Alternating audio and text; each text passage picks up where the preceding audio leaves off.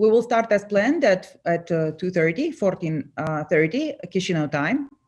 A countdown will appear on the screen 3 minutes before the event to guide you, so that you turn on your video cameras, or just know when to start paying attention to what's going to happen on the screen.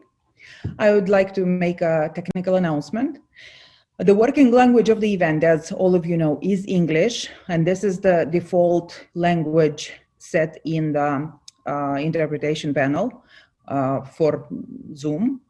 Those of you who would like to listen to the event in Romanian will need to select French in the interpretation panel at the bottom of the screen.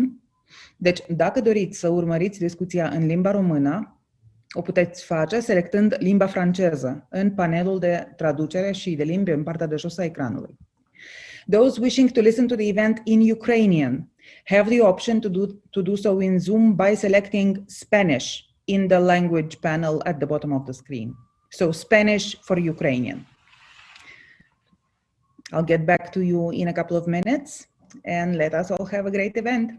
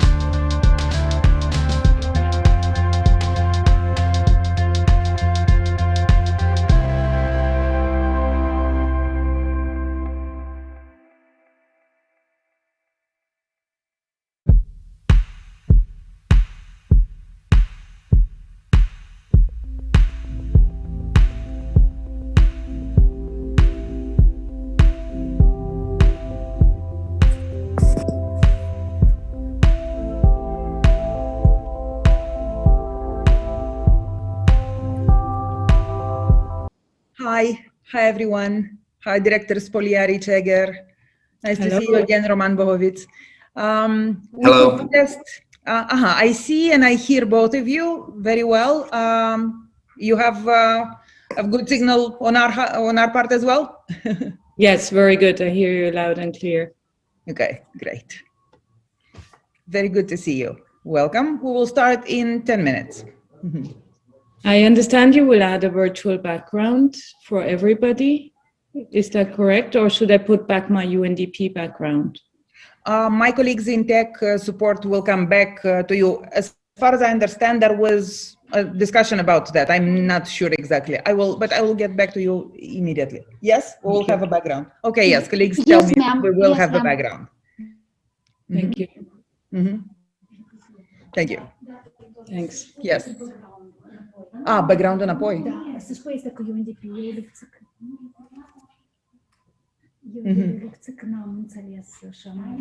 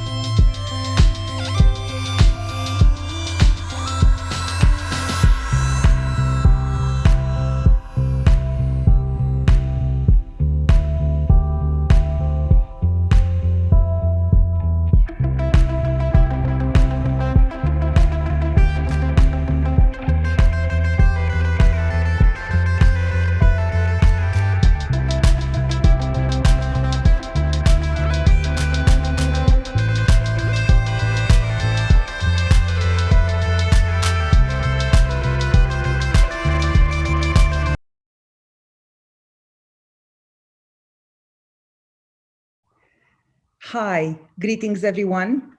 Excellencies, guests, ladies and gentlemen. My name is Lucia Produ. It is my deep honor to welcome you to this online event and to be the moderator of this event.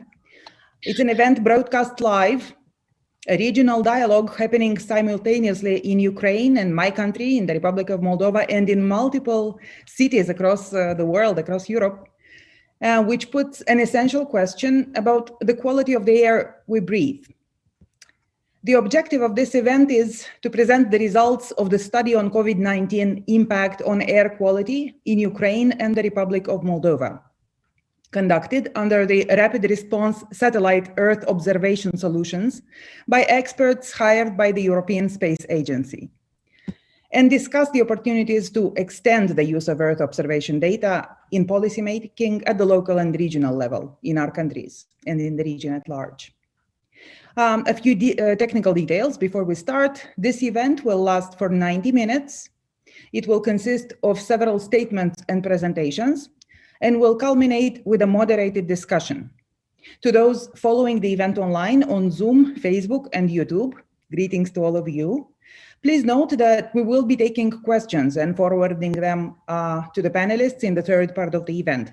So if you have a question you would like to ask, please write it in the comments of the live streams on Zoom and on Zoom in the Q&A section.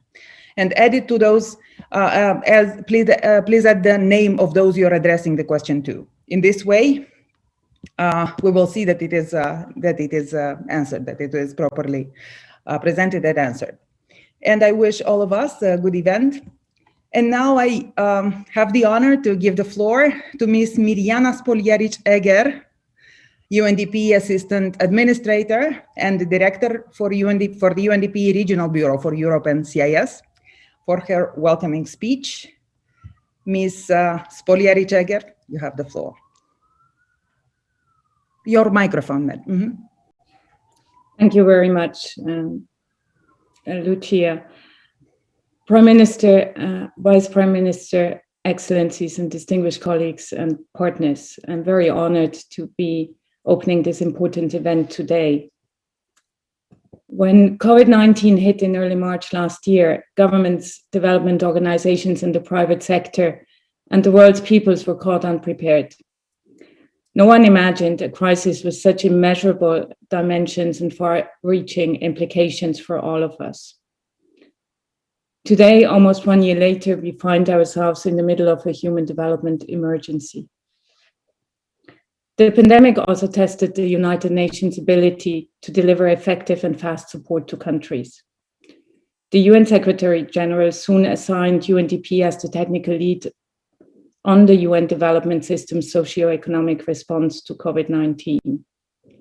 So together with the UN family, governments and partners, we led and supported the development of a common UN framework, but also national impact assessments and response plans.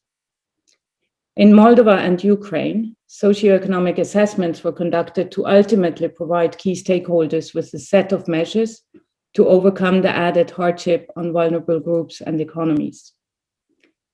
However, assessing the impact was a difficult task for all of us.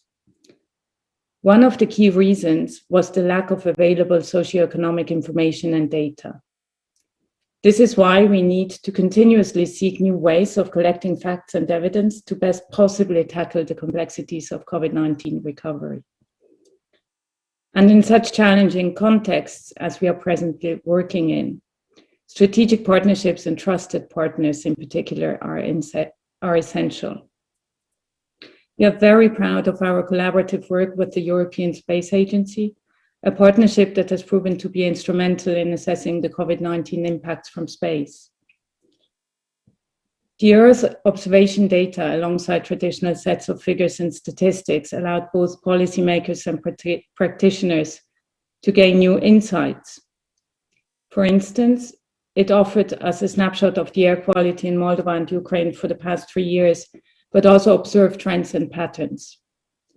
And guided by UNDP and the ESA, the research team could spot major polluted areas based on particulate matter concentrations, which often exceeded WHO levels. For example, the daily limits in industrial cities such as Donetsk, Dnipro, and Mariupol, and others as well, were more often than not surpassed in the 3 years of observation, the daily limits. Earth observation data also challenged some of our assumptions related to air quality during the past, the current crisis. The research team detected a reduction of air pollution concentrations in Ukraine during lockdown, but there was no significant change noted related to the Republic of Moldova. The gained results also point to the value of building data collaboratives. Participants from different sectors, be it government, private companies, or development partners, can exchange their data for creating public value and work collectively to recover better and faster from any future shocks.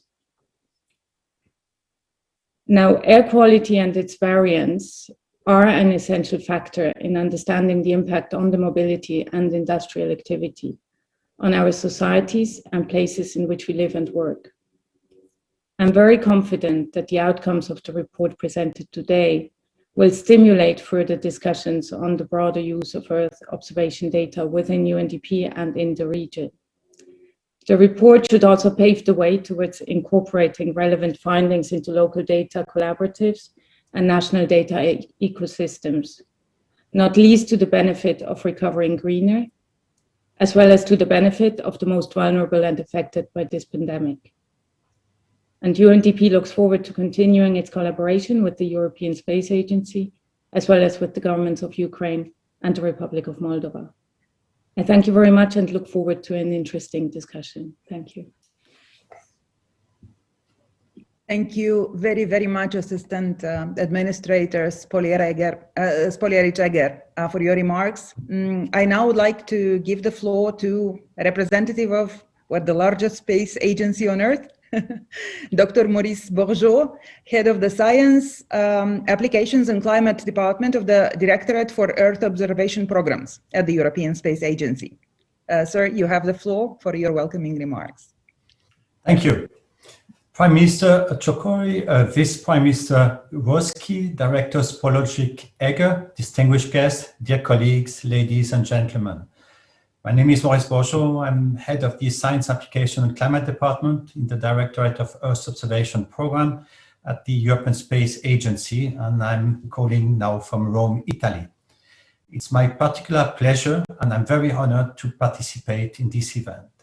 I do this on behalf of ESA Director of Earth Observation, Josef Aschbacher, who unfortunately cannot be here today, but sends his best wishes for this meeting. We are here to discuss findings on the COVID-19 impact on air quality in Ukraine and the Republic of Moldova. ESA has supported UNDP with a demonstration study of this impact. This was achieved by an activation of the so-called ESA-EO for Earth Observation, ESA-EO Clinic, a rapid response mechanism we have developed for small-scale and exploratory use of satellite information in support of a wide range of projects and activities specific to international development. This EO clinic proved to be most suitable way to quickly respond to UNDP's short notice request in the wake of the pandemic outbreak. In concrete terms, a team composed by Everest Aerospatial Defensa in Spain and World from Space in the Czech Republic recently carried out work to characterize the air quality in Ukraine and Moldova and better understand the situation before and during the pandemic. The work consisted mainly in collecting, extending and customizing data from the area of Moldova and Ukraine directly from our satellite Sentinel-5P, it's part of Copernicus, but as well as from the different services from the European Commission, the Copernicus Atmospheric Monitoring Service, and the Copernicus Climate Change Service. Special emphasis was put on the evolution of the air quality in urban areas and quantifying the additional effects of fire events that took place during the summer 2020. We'll hear about the detailed findings later on this program. However, let me just state a few observations from the ESA point of view. First of all, I would like to highlight the very successful cooperation between ESA and UNDP, the UN agency and governance. Space, by definition, is global, and international cooperation is an indispensable element of our activities. And our recent partnerships with institutional entities worldwide prove to be a central asset each and every day. The present study on the impact of COVID-19 on air quality can be seen as a customized support activity to UNDP and to Ukraine and Moldova, and as a part of ESA's wide effort to shed new light on societal and economic change taking place during the coronavirus pandemic.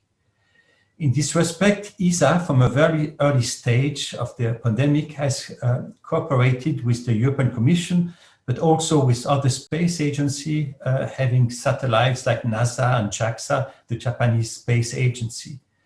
This has led to the so-called Rapid Action Coronavirus Earth Observation, so-called RACE dashboard, that is available online and which provides more than 450 various indicators, not only about air quality and parameters, for answering the question, what impacts of COVID-19 can be seen from space using EO data from ESA and European missions.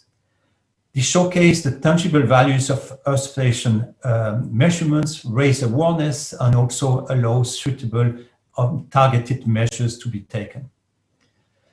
Moreover, ESA is very pleased to see that the Copernicus data being also used by European countries that are not part of the European Union of ESA.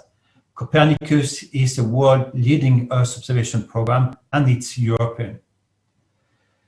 Earth observation is also particularly relevant to the Black Sea and Danube region, for which ESA has dedicated activities in place in order to create and promote and increase the use of satellite-based information service that enhance and integrate within existing regional monitoring and assessment framework in cooperation, of course, with national and regional authorities. ESA continues advocating for mainstream of satellite EO in development operation to realize its full potential impact in order to stimulate growth of the digital economy. The EO clinic is a good example of the modalities with which ESA tries to bring benefits to the development sectors and its client states by connecting them to the expertise that exists in a well-developed downstream EO sectors in Europe, both at the industrial and at the academic domain. In doing so, ESA ties with the relevant trade organization, and I'd like to mention ERSC, the European Association of Remote Sensing Companies, for which we are working closely together. The so-called EO Clinic is a rapid response mechanism for small-scale and explorer use of satellite Earth observation information in the thematic area of international development. Nevertheless, in the longer term, ESA also welcomes increased collaboration with UNDP in the context of other activities, especially the ESA new dedicated program of Global Development Assistance, GDA, as part of the space in support of International Development Assistance Initiative. Through these activities, ESA will remain a reliable partner to connect the dots between end users, sector specialist practitioners, government officials, development sectors, and space application industry in order to facilitate the operationalization and uptake of Earth observation data and service. To conclude, let me really thankful to have this opportunity to sketch out the ESA perspective of this event. The COVID-19 related studies regarding Ukraine and Moldova are part of ESA's larger scale effort to bring the benefit of space-based Earth observation to citizens in Europe and worldwide. With that, I wish you a very productive and successful event. Thank you very much. Thank you so much, Dr. Bourgeot, for your remarks, for your encouragement, and for conveying to us the openness of ESA to work with our region. I certainly hope that our countries will take you up on that offer. Today's meeting will look at data on air pollution in Moldova and Ukraine, obtained via satellite, as this was described at the beginning. And we will see, as we will see in a few minutes in the presentation of the authors of the study, the engagement of national authorities for such available data is essential should the data be considered in national decision-making.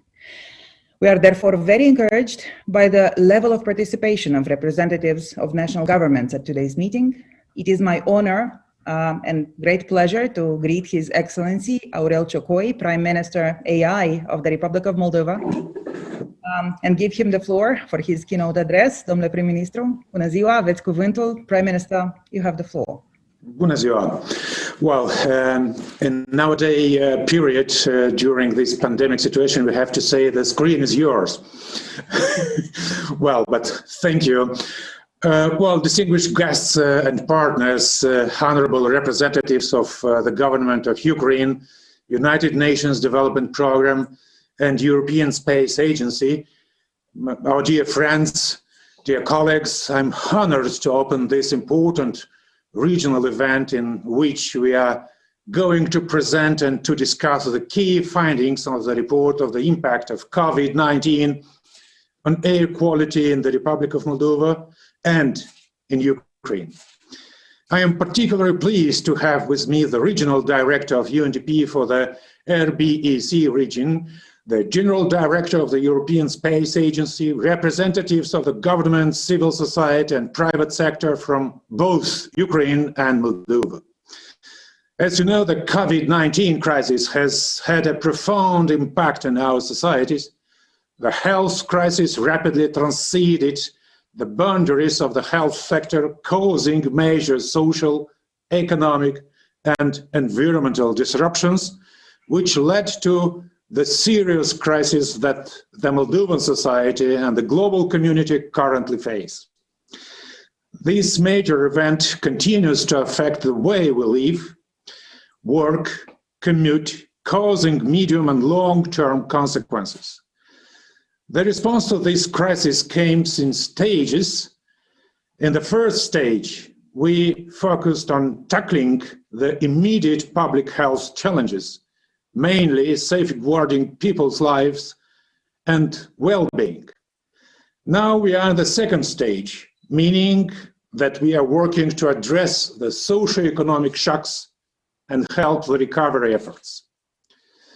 Thereupon comes the third stage, demanding us to direct our attention to building capacities and adapting our systems to the crisis of the future, such as climate change, economic shocks, social exclusion, and growing inequalities.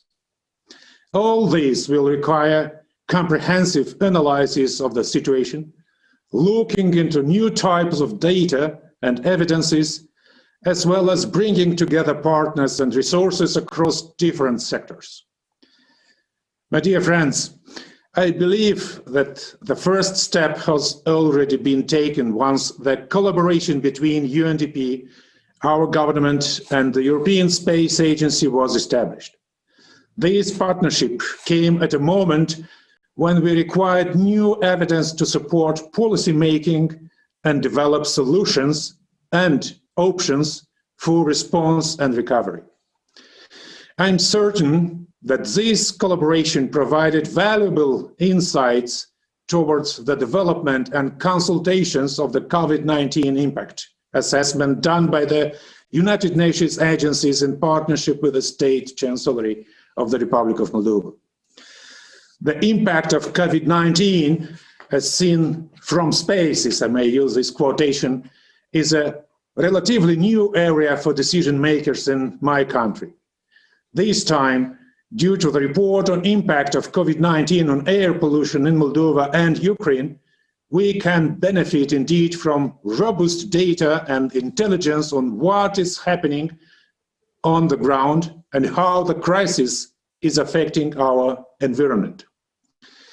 We will very much like to further explore some other thematic areas and sectors, to include climate change, for example, water, food and energy security in the areas, in order to further improve policymaking and implementation of the sector strategies, support evaluation of the efforts of the country and its people towards the implementation of the 2030 Agenda and SDGs. While the report sheds light on the quality of air and takes into consideration very interesting historical data sets, a premiere for Moldova and Ukraine, by the way, we believe it opens up a new chapter of collaboration with the development partners, including the European Space Agency, and equally the local academia and private sector. The infinite nature of Earth observation data, the information and intelligence to be derived, as well as their richness, can and should be further explored by our governments. We are looking forward and welcoming once again the partnership between our country and United Nations Development Programme in Moldova in these challenging times. We also welcome the strategic partnership with the European Space Agency that is evolving, since this collaboration is beneficial to both our government and the people living in Moldova, and we definitely need this type of support in the future. Allow me to thank you very much, and I'm looking forward for very fruitful discussion later on. Thank you so much. Thank you very much, Prime Minister. Indeed, furthering the cooperation with the international development agencies, with UNDP, with ESA, and with many other organizations could strengthen the capacity of governments to make informed decisions on such important issues that affect human health and well-being. Especially now, after we've all been through the lesson given to all of us by the pandemic. Surely Ukraine is also very interested in accessing such data as well, considering the varying profiles of the regions in the country and the stance of air pollution in the list of hindrances to the health of many Ukrainians.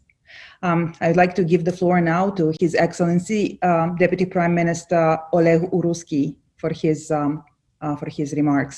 Deputy Prime Minister, please.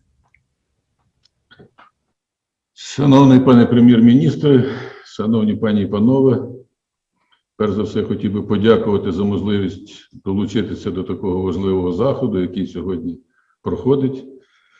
І всі ми знаємо, що однією з глобальних проблем 21-го століття є забруднення повітря, рівень якого зростає з кожним днем, викликаючи непоправні наслідки.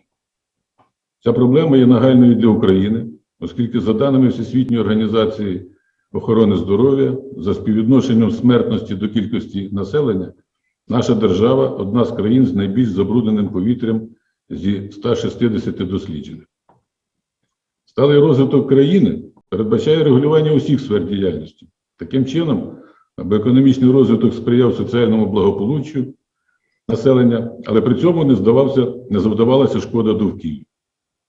У таких масштабах, які б створили загрозу існуванню майбутніх поколінь та обмежували їх доступ до природних ресурсів.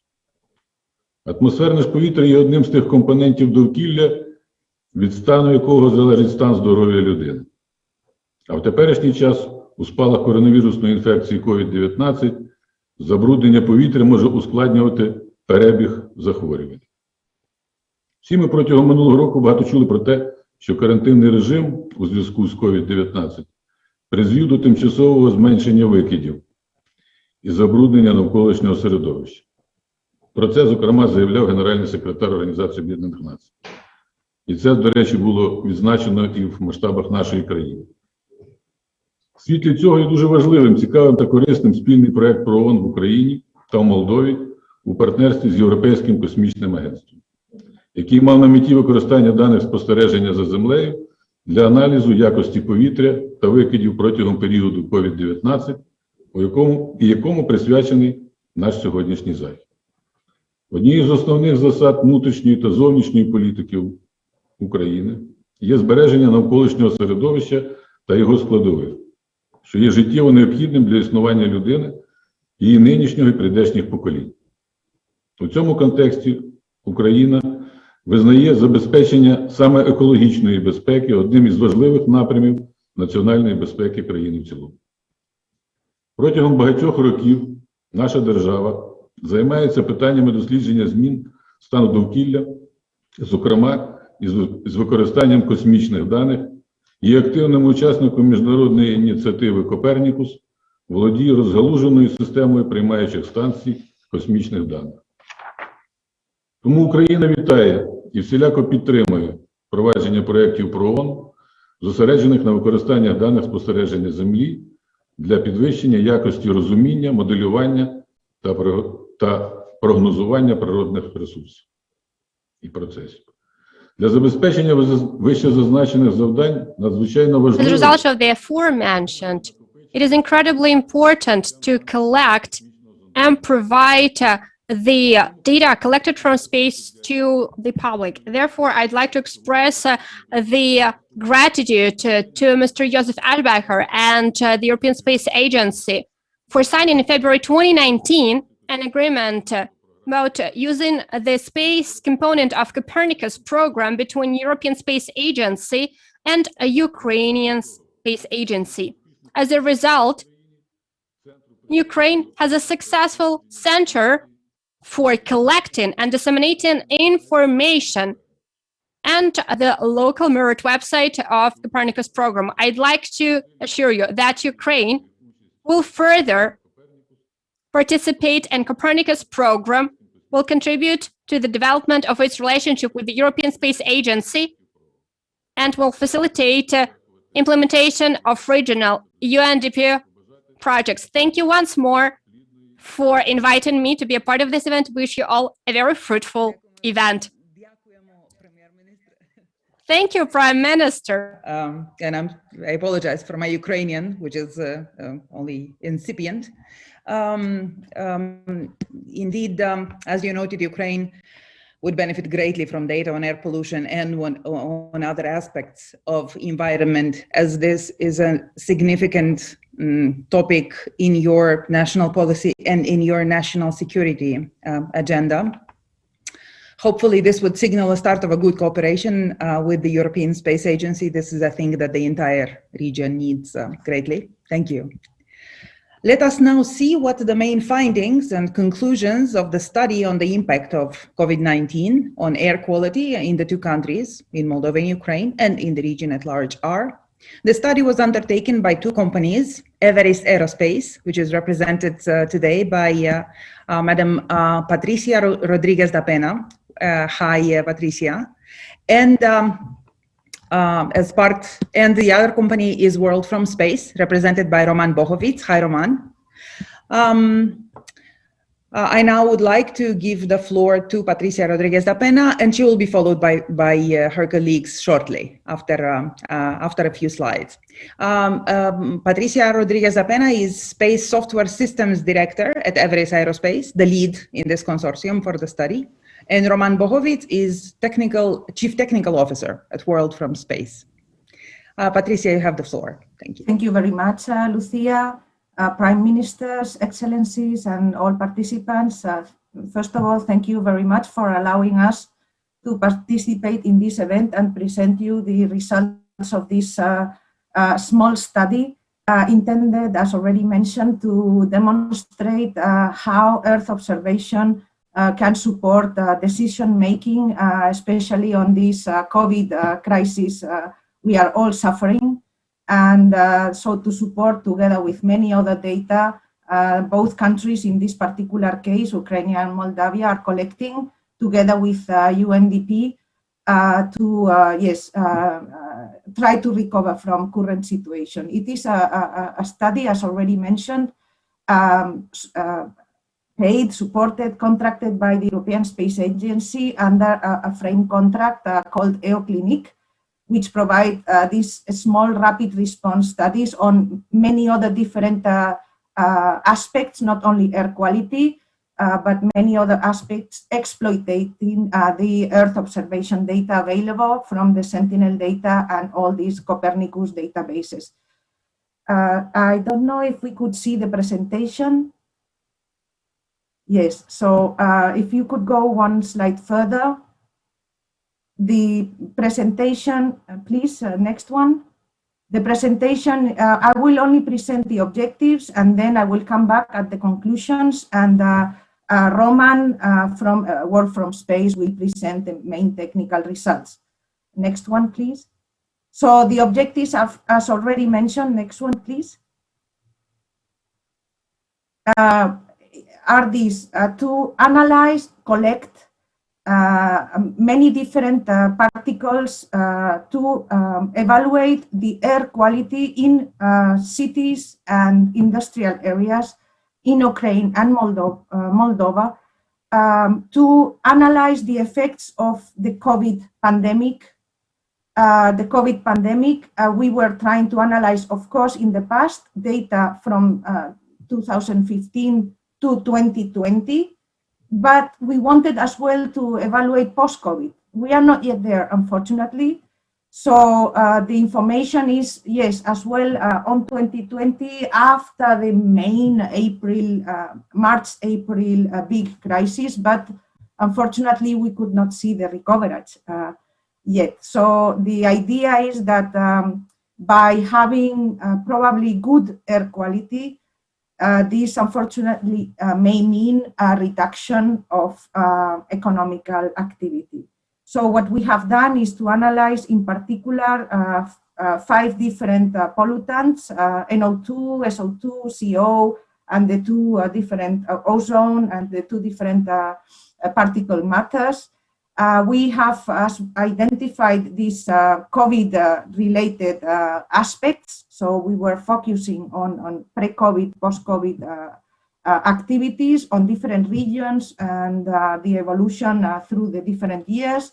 We are suggesting the use of different tools to present. We will show you that there is a web page and different stories, so how to show this kind of dashboards and show this information to you. Next one, please.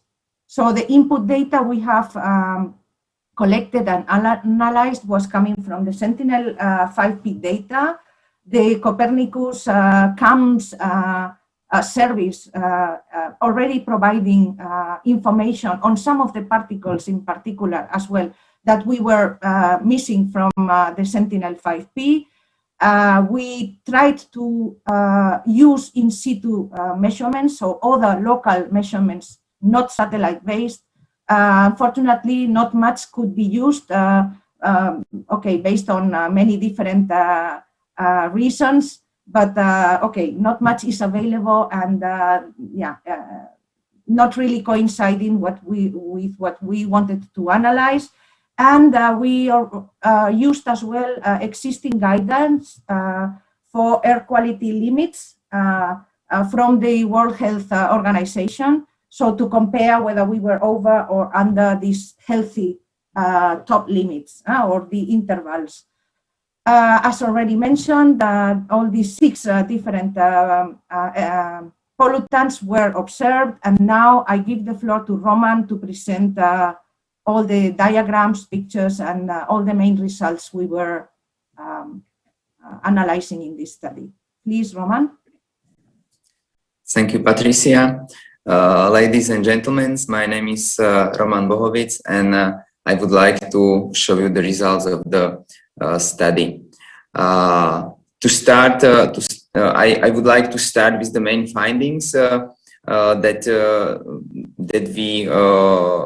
we find during the activity, and I would like to have the presentation there. So the key findings that we undertake during the study for Ukraine is that the current air quality situation is diverse in Ukraine, and it reflects distribution of densely populated as well as industrial areas, including the major industrial polluters. The lowest average concentrations can be spotted over the sparsely populated areas. So this is somehow very understandable result. And what's more, the observable reduction of air pollution concentration were shown during the COVID era from Sentinel-5P and also from the CAMS, the Copernicus atmosphere monitoring service as well. the main or key finding for the Moldova is that the overall situation of air pollution in Moldova is very favorable, specifically when compared to the other European countries. The remark is that the other European countries are not good benchmark in the air pollution. Then the higher concentration of pollutants are observable only in the capital city and near a large power plant. Due to these general low values, the air pollution dynamics during the COVID era didn't show any significant change, at least not during the first wave of the COVID-19 era, and this couldn't be easily related to the lockdown. Next slide, please. So the study had the main three parts. So first was to evaluate the outputs of the Sentinel-5P or capabilities for monitoring of these countries in general. We use all the time series through the Sentinel-5P existence. So it was in this case 2 years, or mainly 2 years. And the best or the most promising results are with monitoring nitrogen dioxide from the satellite, and you see these overall like average values for the Ukraine, that the most of the parts of the countries have the lower values, but there are very distinct hotspots of the large municipalities and large industrial areas that all have higher values of this nitrogen dioxide. For the Moldova, in general, the results are somehow same, that the main the main hotspot is the capital city. However, the overall values are lower than in Ukraine. Next slide, please. The next polluter is carbon monoxide. Here you see the result for both countries and for two different sources. The one is Sentinel-5P, the second is the model data from the CAMS. And you can see that the most of the variation is natural, but the hotspots, or again the higher values, could be linked to the human activity. This differs a little bit from the model data, that the distinct cities form very distinct hotspots. It's not so obvious or not so clear from the Sentinel-5P data, but even these there are other natural sources that could be linked to that. At this place, maybe I will explain that there is a little or important difference between these data sources. For Sentinel or satellite measurements, we see the values for the all atmospheric column. For the carbon monoxide, we use only the surface values. So the difference has like physical nature, and it's somehow expected. Next slide. For the particular matter, we could use only CAMS data, and on the left you see the general values for the whole region, following the same pattern. The best values are in the mountainous regions and the sparsely populated places, and again the industrial areas have higher values of this polluter. What's more, we could compare this with the WHO guideline values, and on the map in the right you see how many times during the 3-year time span these annual levels were reached, and this you see that most of the area was exceeding the annual limit at least once for these 3 years. but in many places even all 3 years were overcoming this limit. Next. The similar task we did for the particular, the bigger particles. Again, here we use the WHO annual guidelines. These were exceeded mostly in just in 11 cities, so not the whole region were affected.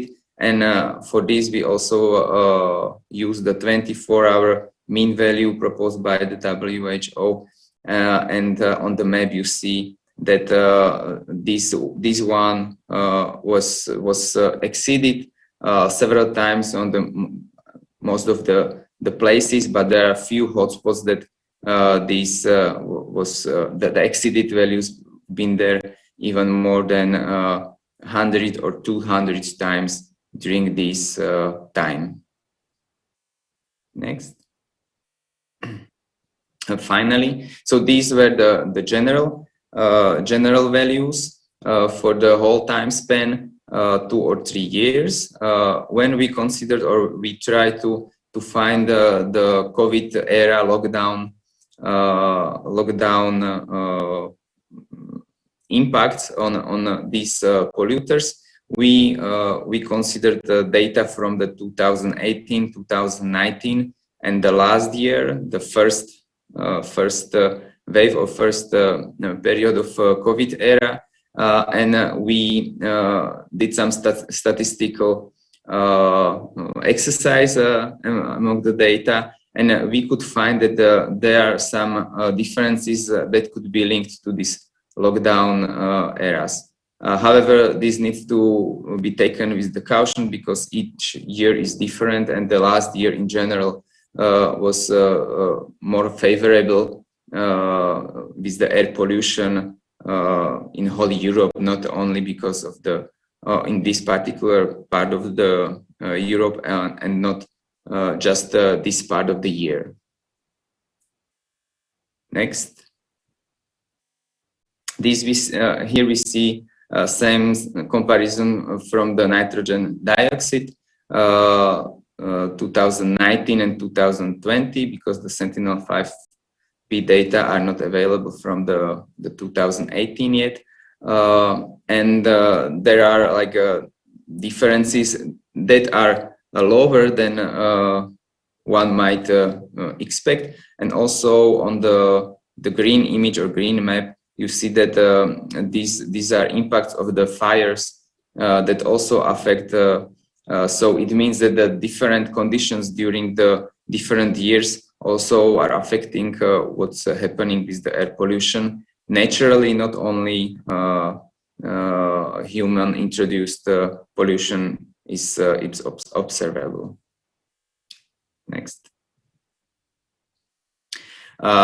This is very specific for the carbon monoxide because when you see the yellow spots on 2019 and 2020, these spots are linked to the fires, wildfires that affected the pollution by this pollutant quite well or quite much. So main difference among this among the carbon monoxide between these 2 years is linked just to natural or I'm not sure if it's natural, but wildfires, not the lockdown or human activities. And also you see that the direction of the wind send this carbon monoxide higher values towards the Kyiv. So you can see the plume going through the Ukraine during this era. So in general, we could see there is a difference, but very probably it's not caused by the lockdown or any human introduced measures. Next one, please. For the particular matter, we could use only model data or from the CAMS. In this data, we compared again 3 years, always the same period of the year. Then there you can see the significant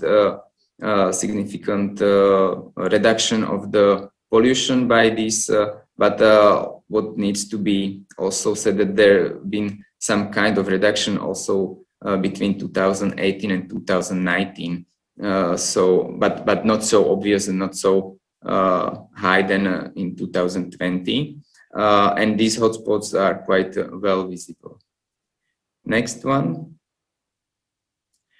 In the last or third part of the study, we also evaluate or try to evaluate or link the impact of industrial production on industrial manufacturers on the air quality. And here there is on the map or general map of the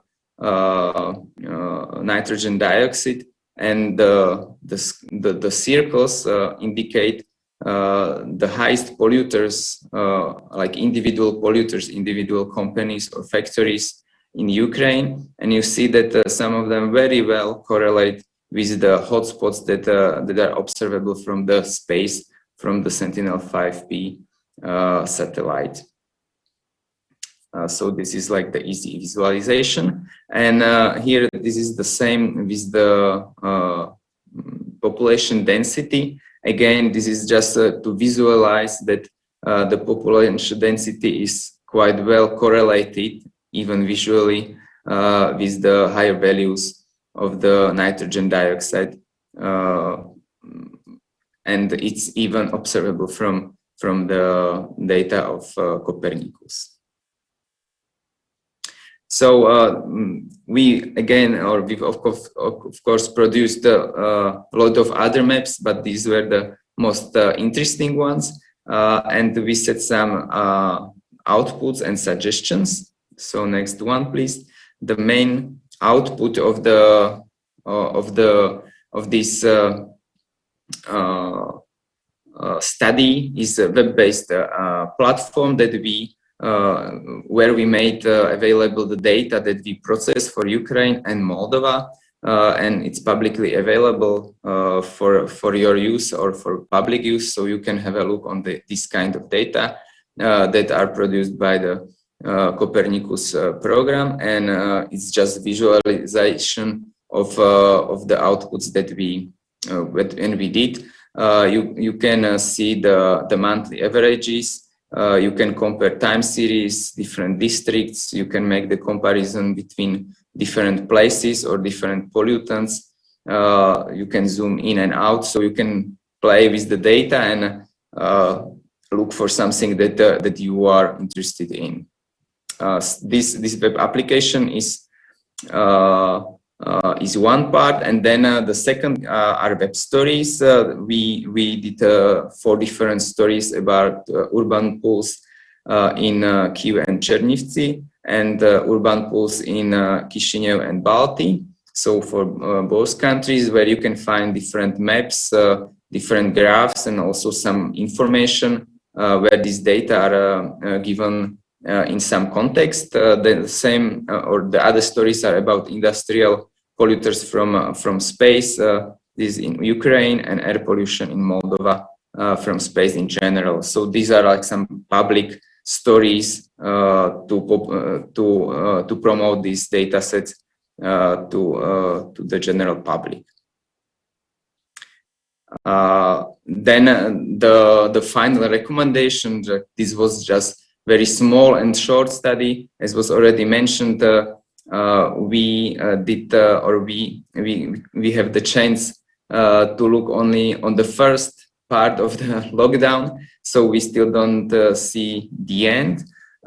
So this would be very useful to go further. What we somehow recommend that the operational monitoring dashboard or application could be done and extended for air pollution, but also for some other parts. The in-situ measurement network would be very beneficial for evaluating the relevance of the data, because this always needs to be done. there are some civil-led air monitoring initiatives in Ukraine specifically that are promising and could add this data. Some operational emergency warning system, some are built in Europe, but you can also build one in your countries again. And I will pass my word to Patricia for the final slide of the presentation. If you go, thank you, Roman. If you could go to the one just before, please. Just to mention and insist on the fact that this data, air quality data, and the study we did is just a limited amount of data that we can use from Earth observation. Maybe just the slide before, please. Yes. So as we are just trying to mention here, there is already a lot of data in the Copernicus different services, and it's disaster monitoring and atmospheric monitoring, the sea, land. So there is a lot of potential use of Earth observation data for many different aspects. And as already mentioned earlier, yes, about the grains and all the soil status and so many different aspects that could be could benefit from the use of Earth observation. So this is the last point, that we can not only exploit a bit more the air quality data we are analyzing in this study, but a lot of more data can be used and could be beneficial for the policymaking authorities. Next, please. And just a slide, last one on behalf of ESA. And again, as already mentioned before, all this Earth observation data is really international cooperation. Cooperating with the UN and cooperating with other organizations, it's really data that it can be used for many other applications, not only air quality monitoring. Space data is global, so this cooperation is needed. The international use in Europe, outside Europe, is 100% possible, I understand, and needed. And of course, the ultimate goal of ESA is really to really build and support these local capacities to really stimulate the use of this digital economy, because so far this is digital data we are using, so for the benefit of all of us. So this is the end of our presentation, and thank you very much again for allowing us to work in this project and to provide to you this information. Thank you so much, Patricia Rodriguez-Zapena, Roman Bojovic, for your presentation and for your fantastic work on this report. This was very insightful. The report and its core findings highlight that incorporating new types of evidence into our decision-making processes at various levels could actually significantly improve the quality of those decisions and the outcomes of those decisions for regular people. If I can draw some conclusions myself, again, if I get them wrong, correct me. The data provided could be a source of very interesting insights. For example, and I judge about Moldova, which is my country, is the smaller of the two countries. While Moldova does not seem to be very polluted per se, which could be indicative of little industrial activity, excessive pollution in wintertime points out to the fact that we have heating perhaps thought wrong or faulty. And the negligible change in pollution levels during the pandemic again shows that perhaps we use significantly more than would be the average on that, or that would be advised in a lockdown, our personal vehicles. So perhaps the stop of population was not properly managed during that period. Again, those conclusions belong to me and they are not attributed to anyone. It's just my reading into some of those pictures. And perhaps you will see that we have a comment from the broadcast on YouTube related to some of the maps presented in the presentation. Some of our viewers were interested in more detailed analysis or source of the data used. As I said, moreover, additional data can deepen our understanding of certain processes, which is essential in everyday policymaking and in streamlining the achievement of sustainable development goals of SDGs in both our countries and in the region at large. And I hope that those who followed the presentation selected the addresses for the dashboard and for the stories from space, from the website, which is a very beautifully done visualization of air quality data you could play with if you want to. I think those links would be available together with a report in various publications produced by UNDP, both in Moldova, Ukraine, and in Europe and the CIS. In this context, I would like to invite our panelists for the third part of this event to briefly speak from their experience and share their insights on the findings of the report, and equally on the opportunities to expand the partnership with ESA and the governments of Moldova, Ukraine, and beyond. Before we proceed, this is a reminder that for the audience following this meeting online, that this is a moderated discussion. It will last 30 minutes and it's interactive. You can write your question to one of the speakers via Zoom Q&A or in the chat section, or in the comment section on the live streams on Facebook and YouTube. I will voice them at the end of the discussion with the help of our moderators.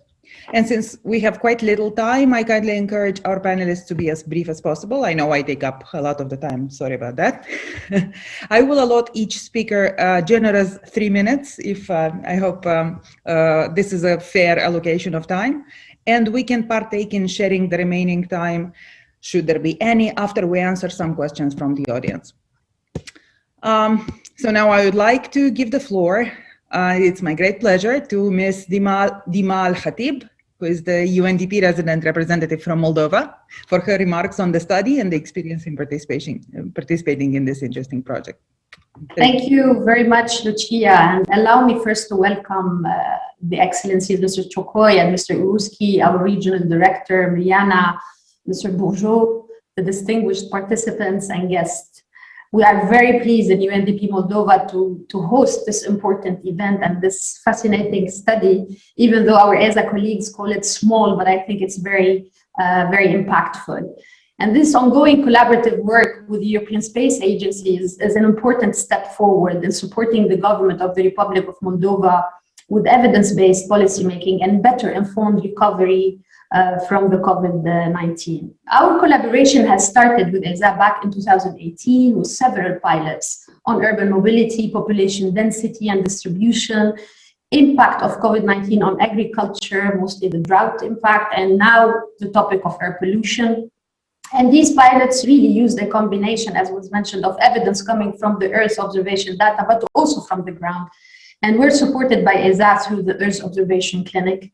And this excellent, collaboration has provided us with depth of insights using the rich Earth observation data sets and complementing our, other data sources, whether on mobility and electricity, which results from also collaboration with a lot of private sector entities and also the government of Moldova. During this pandemic crisis, which we are still, navigating through, this collaboration has also enabled us to extend much needed support, an emerging one, to the Office of the Prime Minister through the provision of specific services that we used in the COVID crisis, monitoring and, of the compliance measure and the sources of deviation. And this was very important at the time for the government to be able to, to detect, how they can address these different gaps. These can be also further developed, as we have seen. The sky is the limit of using these data, really. I mean, it's amazing. The report that we have discussed today is also a demonstration of how historical Earth observation data is useful for deriving insights and developing additional intelligence on the impact of COVID on human development, as seen from the space. as also underpinned by our Prime Minister at interim. And it also eventually proposes and develops policy options for stronger and greener recovery from COVID-19. For us at UNDP, it's very important to also look at the greener recovery. And in this specific area of air pollution, there is evidence need to intensify the efforts on the ground in terms of data generation, use, and dissemination. With this, joint UNDP and ESA effort, we aim to deepen the collaboration and explore many new areas and spaces that can be addressed. Moldova is confronted with development challenges that range from different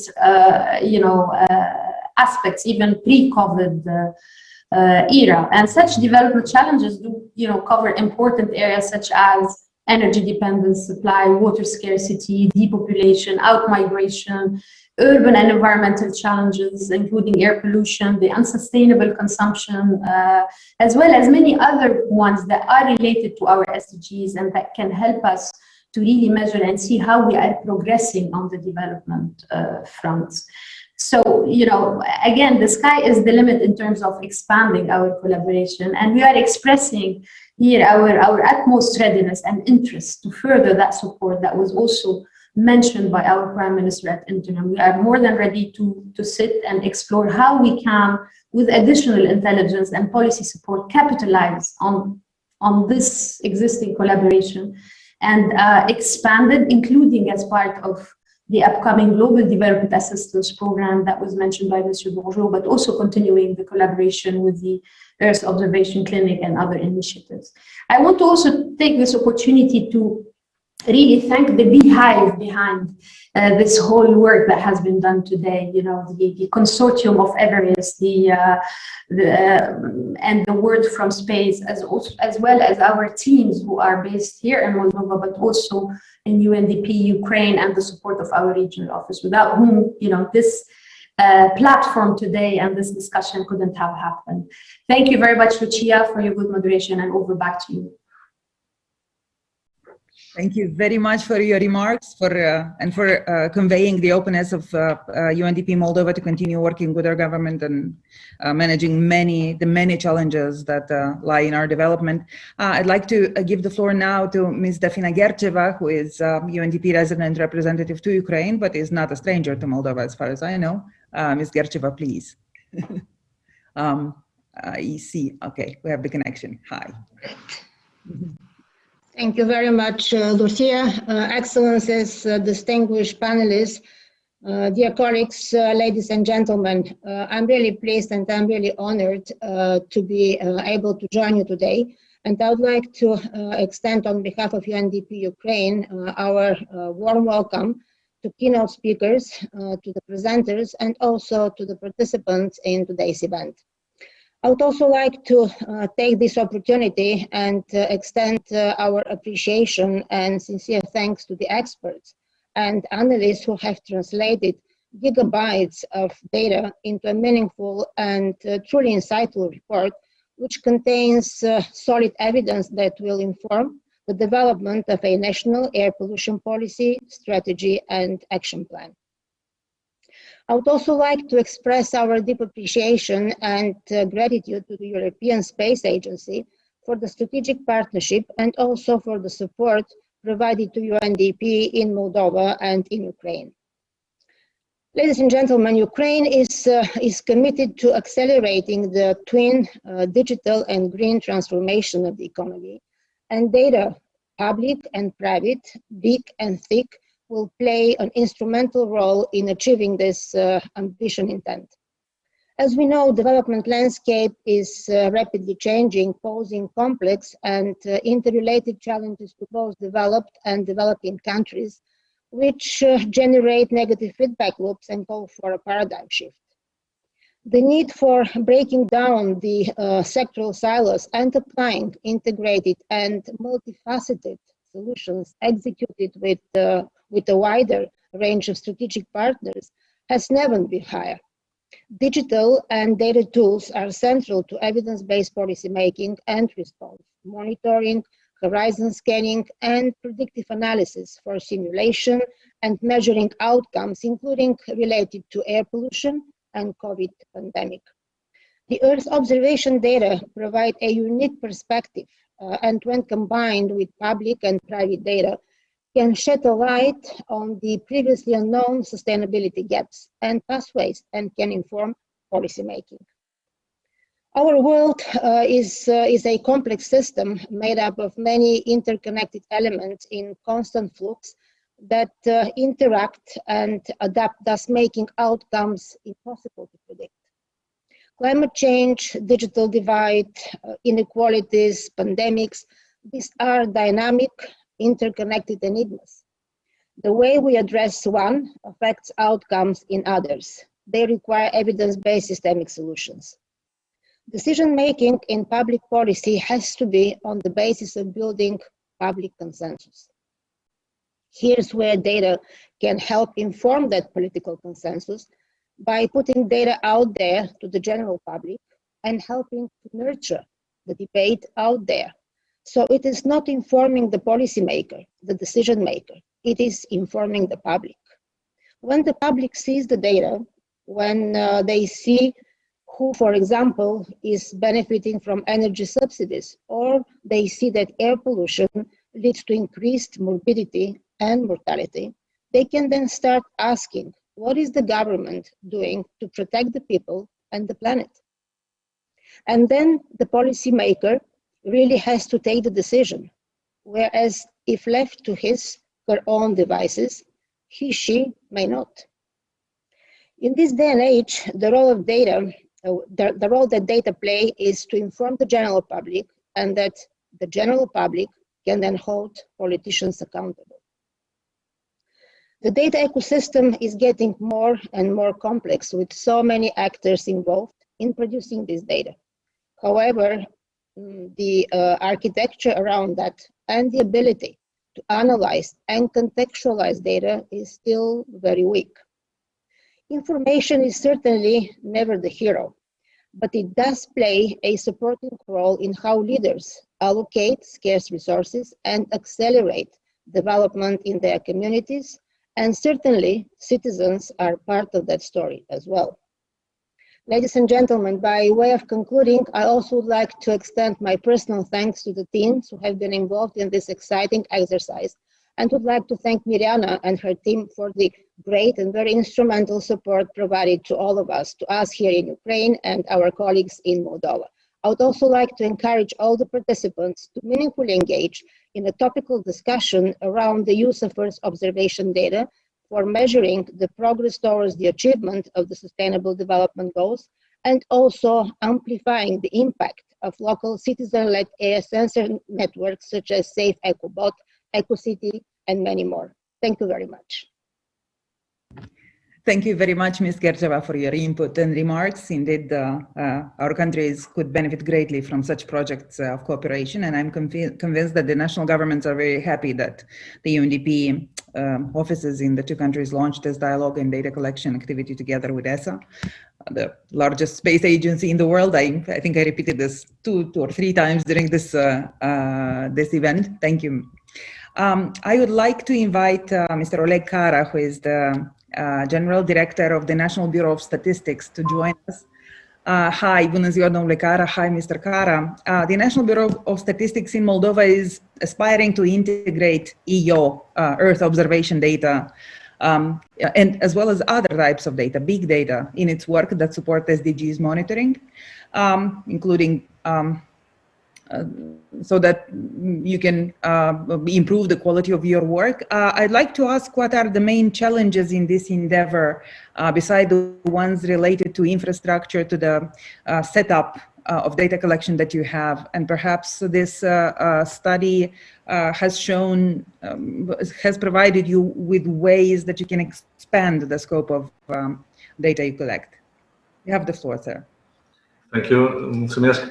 Excellencies, dear partners and colleagues, ladies and gentlemen, good afternoon.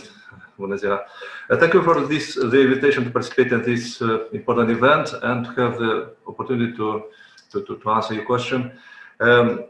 Actually, one of the important challenges we are facing is to have an integrated approach in production and disseminating economic, social, and environmental data to support SDG monitoring and overall sustainable development of the country. Currently, the National Bureau of Statistics, with the informational support from the national partners and also with the support of international partners, works on the production of economic environmental accounts on air emissions in line with international standards, which is an important source of the information on greenhouse gas emissions and pollutants that are disaggregated by type of economic activity along with socio-economic indicators. So the NBS currently conducted the experimental calculations for the years 2014-16, and now we are continuing this work to provide the users with this important data. On the other hand, the National Bureau of Statistics has plans to work on big data, and nowadays the Bureau is concentrated on building a geodatabase for statistical use, composed of Earth observation data, administrative data, and other different sources. As a major challenge in this aspect we are facing is related to getting access to relevant individual data from administrative registers for the compilation of current statistics, SDG indicators, and for conducted surveys and the census. And nowadays we can say also the important challenge is due to the constraints derived from the Covid-19 pandemic that limit our activities in the field.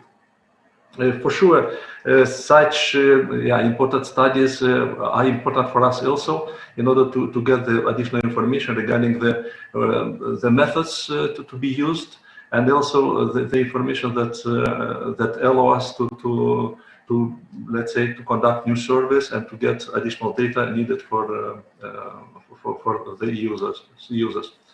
And finally, I would like, taking this opportunity, to thank UNDP that together with other development partners help National Bureau of Statistics to overcome these and many other challenges we are facing in developing SDG indicators, as well as in general in production and disseminating national official statistics to support informed-based decisions. Thank you very much. Mulțumim. Thank you, Mr. Kara, for your remarks and comment. I'd like now to ask, I think, another colleague from Moldova, Ms. Stella Drucioc, from the National Chemistry Institute of Moldova, who's an expert in the field of air pollution. Ms. Drucioc, hi, welcome. I'd like to ask you to share with us from your experience if the findings of this joint UNDP-ESA study report resonate with your previous work on air pollution, and if so, to what extent, and how you can corroborate data collected under this study with what you've come up to the conclusions that you came to in your work. You have the floor, ma'am. Thank you. Good afternoon, distinguished audience, state officials, development partners, and international experts. On behalf of my colleagues of the Institute of Chemistry, Laboratory of Environmental Monitoring, I would like to congratulate you for such a great study. And I am very pleased with the presented report and statement of air quality in the Republic of Moldova, despite the desire for a better and cleaner air.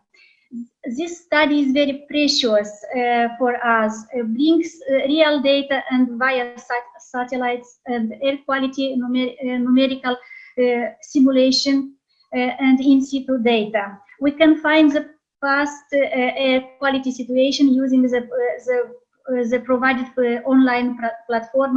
I refer to the page 65 of this study. This is very useful for evaluation relation between citizen health and city air quality, because this data can provide the trend of air quality to us.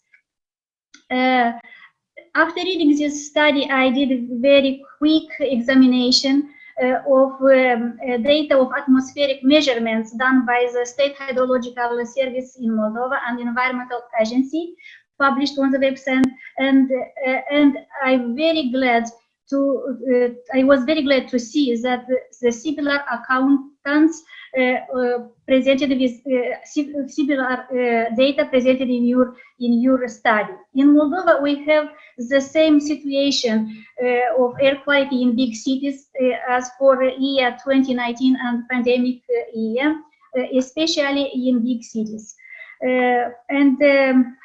Daily, we are our specialized institutions are doing the monitoring of nitrogen dioxide, nitrogen monoxide, formic aldehyde, and other pollutants. But these three pollutants are especially generated mostly by transport sector, and the lockdown did not decrease much the public nor private transportation. So we need to do this inventory of air quality and to carry out the adequate measures in order to decrease the emissions.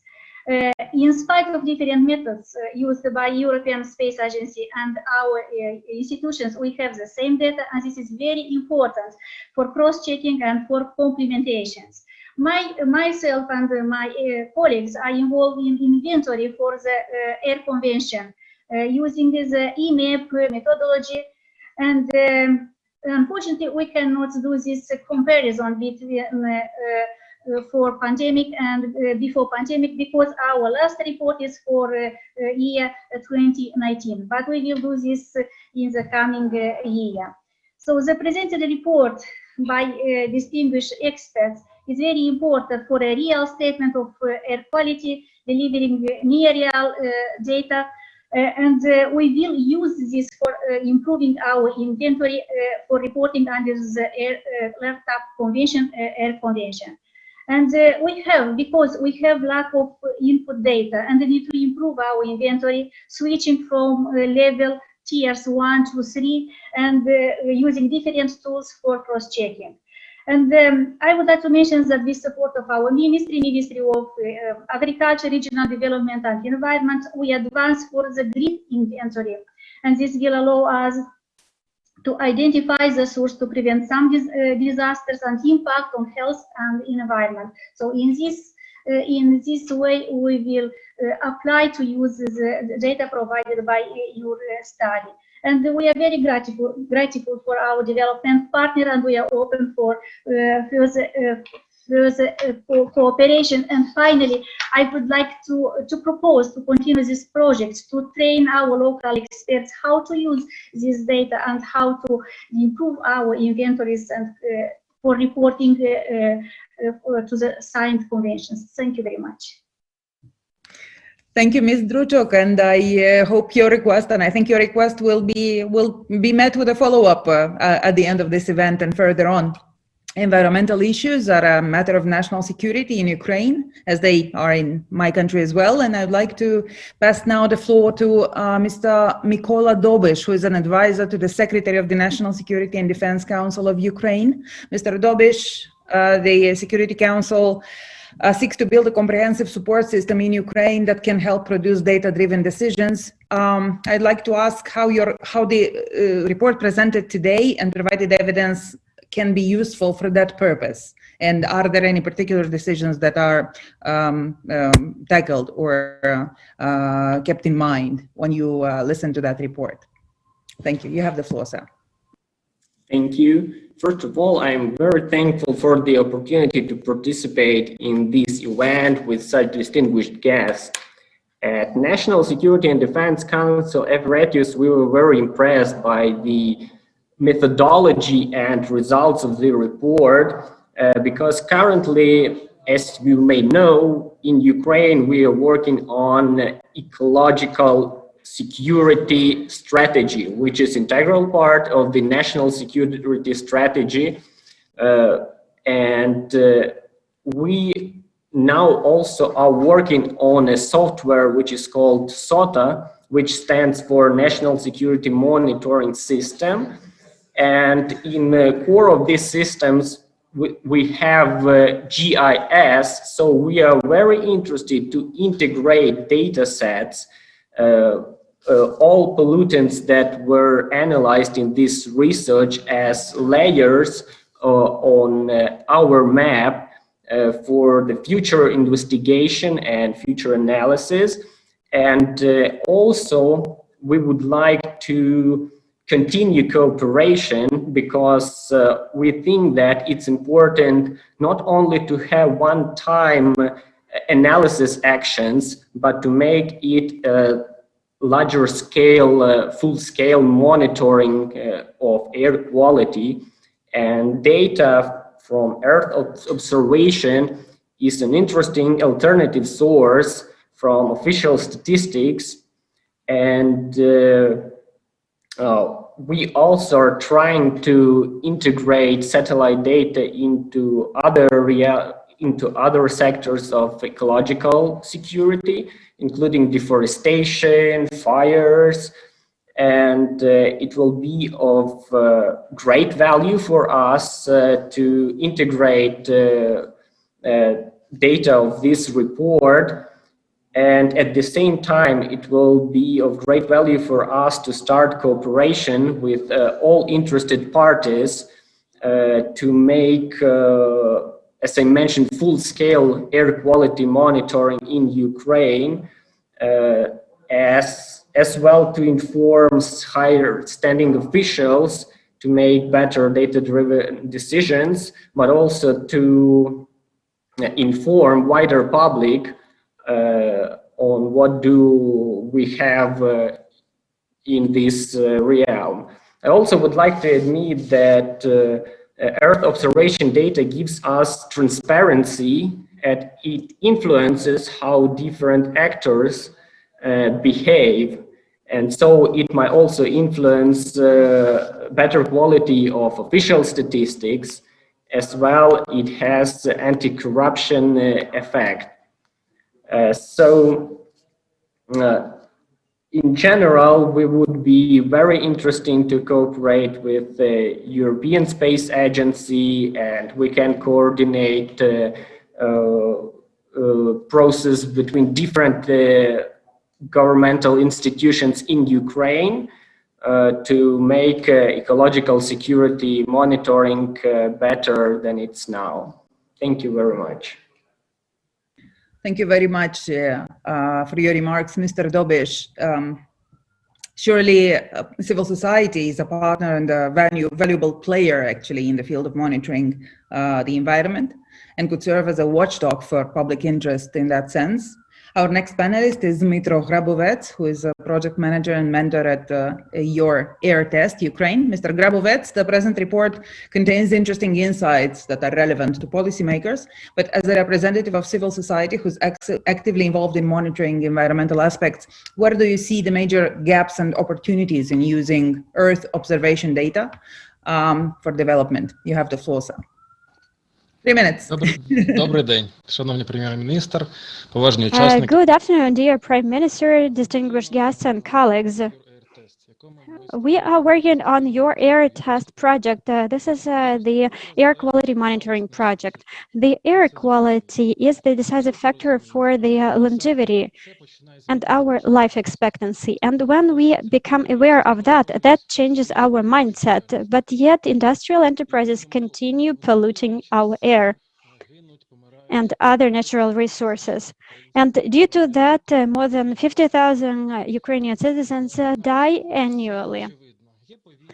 And of course, it seems obvious. On one hand, we have the air. On the other hand, we have the polluters.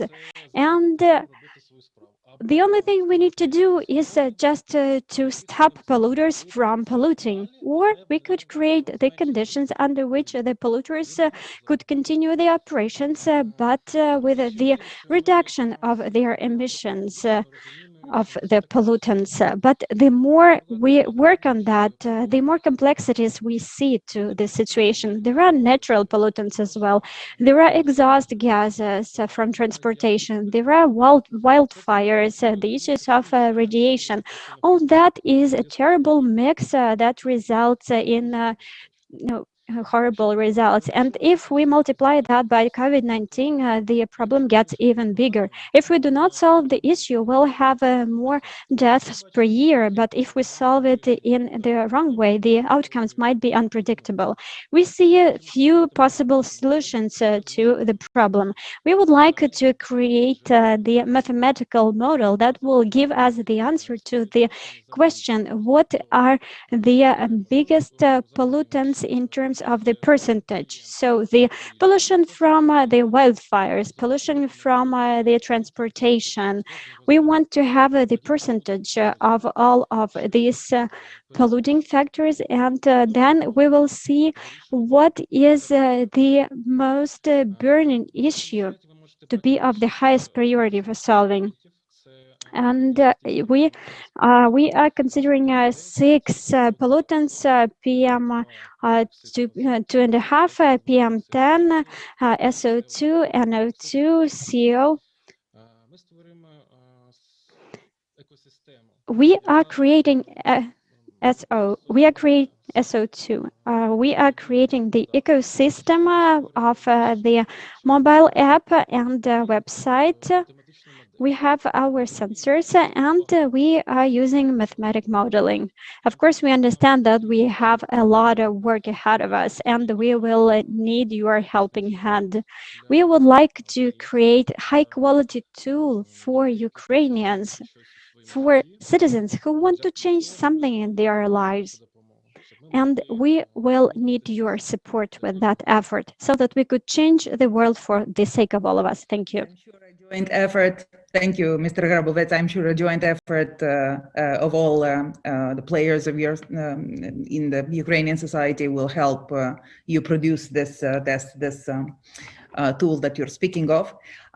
We are basically out of time. I want to thank all the panelists for their comprehensive and very swift inputs and comments during this session. I would like to greet Mr. Christian Retscher and Mr. Christoph Albrecht for being here, for being ready to intervene. Unfortunately, we are basically out of time. Hi, and thank you for being with us. We have one question that we've collected from the public.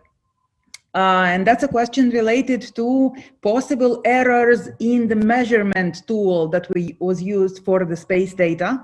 And I saw the chat, the discussion in the chat, that this question is best addressed by the authors of the study. So perhaps Mr. Roman Bochovitz could look at it briefly and join us for a discussion. Mr. Roman Bochovitz, if you're still there. Yes, I am. Have you seen the discussion? The question is, what is the possible error of air pollution measurements in the available data? If you could be as brief as 1 minute, I would appreciate it very much. Thank you. Yeah. Okay. So in general, it's very difficult to evaluate the errors compared to the measurements that are usually done on the ground, because the nature of the satellite observation is physically very different. We observe the values in the atmospheric column and in several kilometers range. So you can't actually compare it to the measurement that is next to the road or industrial polluter. And it has even different units. So it's difficult to measure it, and we consider it as another source of data to make a proxy for the ground measurements. Okay, thank you. Thank you so much. And actually, we decided to take a couple of more minutes. I think Zoom will allow us that. Mr. Retscher, I'd like to go back to you if possible. Christian Retscher, atmosphere scientist at ESA, who has been with us and who I greeted before. I have a question for you, sir. What are Europe's plan and future capabilities for monitoring air quality from space? What are their potential benefits and limitations to the current satellites? Perhaps other data sources that could contribute to air quality monitoring in addition to Copernicus Sentinels, the satellites used for collecting the data that we've seen in the report today. So you have about 2 minutes to answer a rocket science question. Sorry for ending this event in this quite complex way. You have the floor, sir.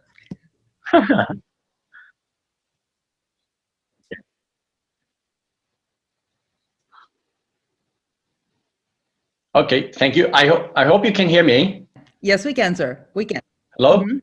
Okay, I hope you can hear me. Well, thanks for having me here on this panel, and thanks for that question. Well, I mean, we have been listening the presentations on Sentinel-5P, which is our current best capability of measuring air pollution from space. But European Space Agency, together with its partners, EUMETSAT, is of course bringing more capabilities in space, of which the most prominent and the closest in time are Sentinel-5. There'll be a number of satellites on Sentinel-5, instruments Sentinel-5, and there will be Sentinel-4, and there will also be the so-called CO2 monitoring mission, which also has a capability of measuring specifically nitrogen dioxide. This will be a higher resolution that we have seen so far. So Sentinel-5 and Sentinel-4 will have a quite a similar resolution, spatial resolution as we've seen with Sentinel-5P, but the CO2 monitoring mission is of higher resolution on an hourly basis, provide air pollution measurements from space. I think with that, I go back to you. Thanks again. Thank you. Very interesting. So basically, live data. If it's updated every year, that's very valuable. We can track things in real time. That's amazing. Thank you. Yes. Should I say something more on that? Do I have a couple more seconds? A couple of more seconds, yes. Okay. All right. Well, it is hourly resolution. So the Sentinel-4 will be flying in geo orbit, so geostationary orbit, which is typically used for metrology. And that's already also where this whole instrument is being motivated by. No, so it scans hourly. The disk, it has, of course, that one limitation that you don't see other areas of the globe. No, so it will be looking at Africa and at Europe, but of course you cannot see air pollution, for instance, over Asia or over America. What you can obviously do with Sentinel-5P and Sentinel-5. So this is it comes with a plus, and there's also this limitation. But just to very briefly add to that, our American partners and Asian partners are building similar platforms that will look at their side of the globe. So in a global sense, you know, we're very well set for the future. Global plans for the European Space Agency. Best of luck with that, and thank you very much for your input. Dear colleagues, panelists, ladies and gentlemen, we are at the end of our event. Thank you very much for your very swift, active inputs. I would like to thank all the panelists, all of the speakers who shared their viewpoints, their speeches, the presentation during the first part of the event, and for sharing their thoughts in how Earth observation data could be used to benefit government decision-making, environmental policy, healthcare policy. We spoke about how those aspects could advance the achievement of sustainable development goals and the overall progress of our countries, which ultimately translates into concrete improvements and the well-being of our regular people here in Moldova, in Ukraine, in the region at large, and as we just ended on a global note, in the world at large. Thank you very much for your active participation. I was honored to be part of this. Here we end the live streaming. You will be able to find the recording of this event on YouTube, on the channels of UNDP Moldova and UNDP Ukraine, as well as on the Facebook pages of UNDP Europe, NCIS, UNDP Ukraine, and UNDP Moldova. Have a nice day ahead. Goodbye.